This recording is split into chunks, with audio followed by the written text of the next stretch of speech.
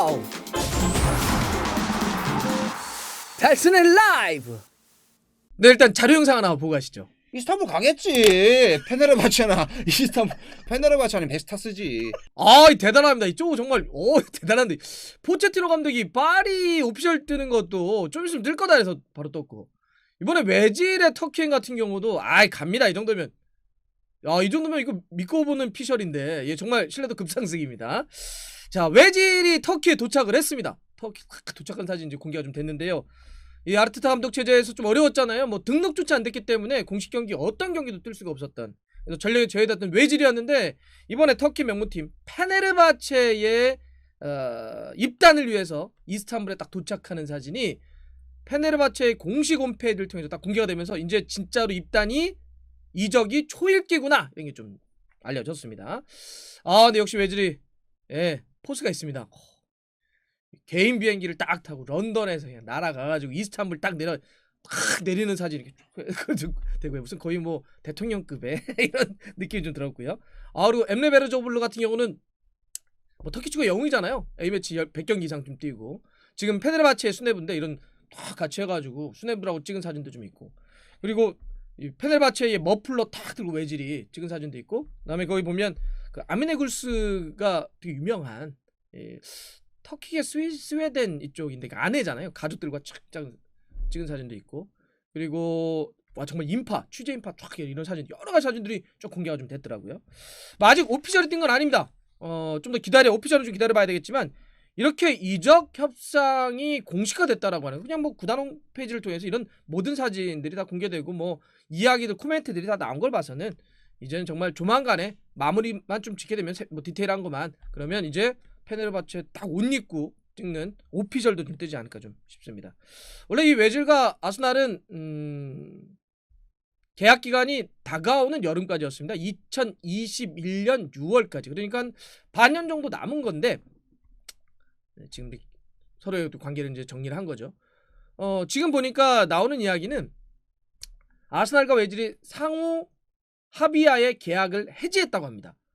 계약을 해지하게 되면 그 순간 해지하는 순간 외질은 자유계약 선수가 되죠.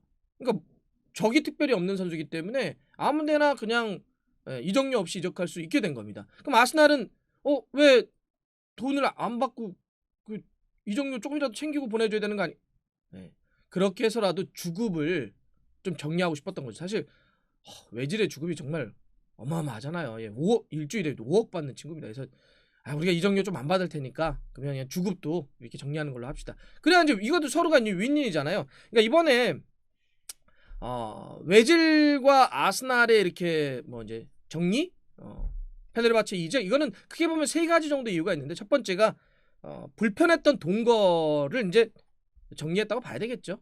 외질은 뛰지 못하는 그런 상황을 죽을 좀 양보하더라도 뛸 수 있는 클럽으로 가는 그런 선택을 하는 거고, 아스날 같은 경우는 이적료를 좀 못 받더라도 높았던 주급을 이제 좀 세이브하는 이런 개념이고, 두 번째는 외질의 개인적인 어떤 성향이라고 할까요? 뭐 선택도 저는 이 페네르바체의 향에 굉장히 주되게 좀 작용했다고 봅니다.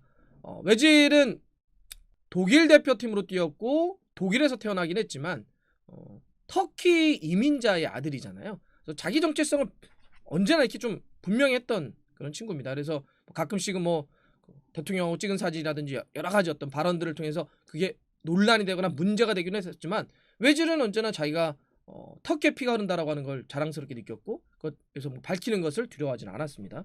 그래서 이 터키에서 뛰는 걸 언젠가 한번은 내가 한번 꼭 뛰고 싶다, 이런 이야기가 있었고, 지금 뭐 독일이라든지 레알 마드리드, 그다음에 아스날 이렇게 뛰었었는데, 이제 페네르바체의 거의 입단을 지금 눈앞에 두고 있는 거죠. 그래서 이번에 딱 도착할 때 인터뷰하는 내용을 좀 봤더니 그런 얘기를 했더라고요. 페네르바체는 나의 고향과 같은 곳이다. 그러니까 마음의 고향이라는 뜻이겠죠. 그러면서 흥분되고 성공하길 바라며 최선을 다하겠다, 이런 이야기 좀 했고요. 세 번째는 아스날 입장에서도 사실은 뭐 아까 얘기했던 전력적인 측면 말고도 외질이라고 하는 존재가 살짝 좀 부담스러웠을 거예요. 왜냐하면 그 위그르족 그 관련한 외질의 어떤 발언 때문에 중국 시장을 뭔가 할 때 조금 이렇게 마찰이 좀 있었죠.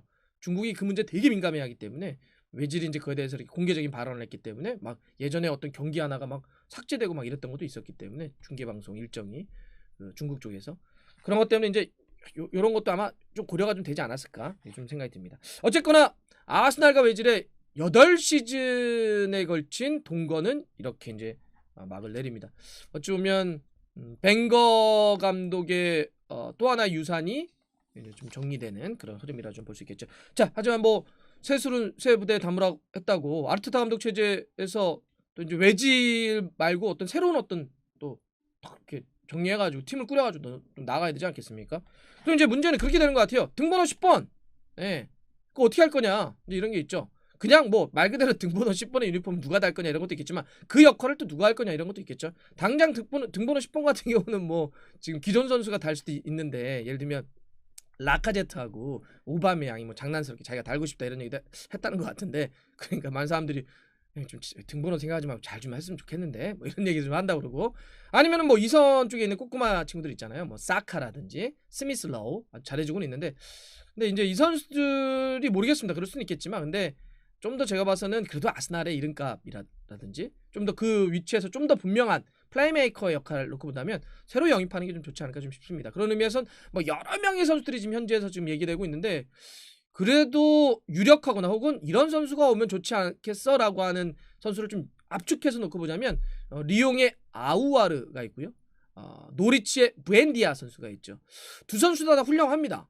서로 약간 스타일은 좀 다른 면은 있겠지만 근데 아우아르야 뭐 오랫동안 그 연결이 좀 됐었다가 조금 잠잠하다가 최근에 다시 연결된다는 선이 좀 있고 부엔디아 같은 경우도 아르헨티나 출신이긴 하지만 또 잉글랜드 무대를 지금 2부예요. 지금 노리치가 지금 2부에 있는데 거기서 또 뛸 수 있는 또 굉장히 올 시즌 2부에서 좀 선두로 이끌어가면서 부엔디아 몸값이 상당히 올라가고 있습니다.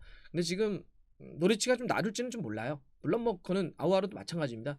시즌 도중이기도 하고 지금 또 승격을 위해 싸움을 하고 있고 그래서 뭐 치열하기도 하고 몸값도 좀 비싸고 팀 내 뭐 부상이라든지 여파도 좀 있긴 있는데 뭐 이런 거 좀 감안을 해야 되겠지만 근데 어쨌든 아스날이 지금 외질이 정리됐기 때문에 그 주급 일주일에 5억씩 나가는 게 세이브 되는 거 아닙니까? 그러면 그 돈으로 누군가는 좀 이번 겨울 영입 시장에 데려온다면 지금 그렇지 않아도 이제 반등에 성공을 해가지고 순위를 끌어올리고 있는데 아르테타 감독의 어떤 추진력이 조금 더 탄력이 좀 붙지 않을까. 그래서 이제 어떤 선수가 이 외질의 뒤를 이어서 등번호 10번을 달거나 혹은 그 등번호 10번의 역할을 해줄지 계속해서 지켜보겠습니다. 이수 좋겠다.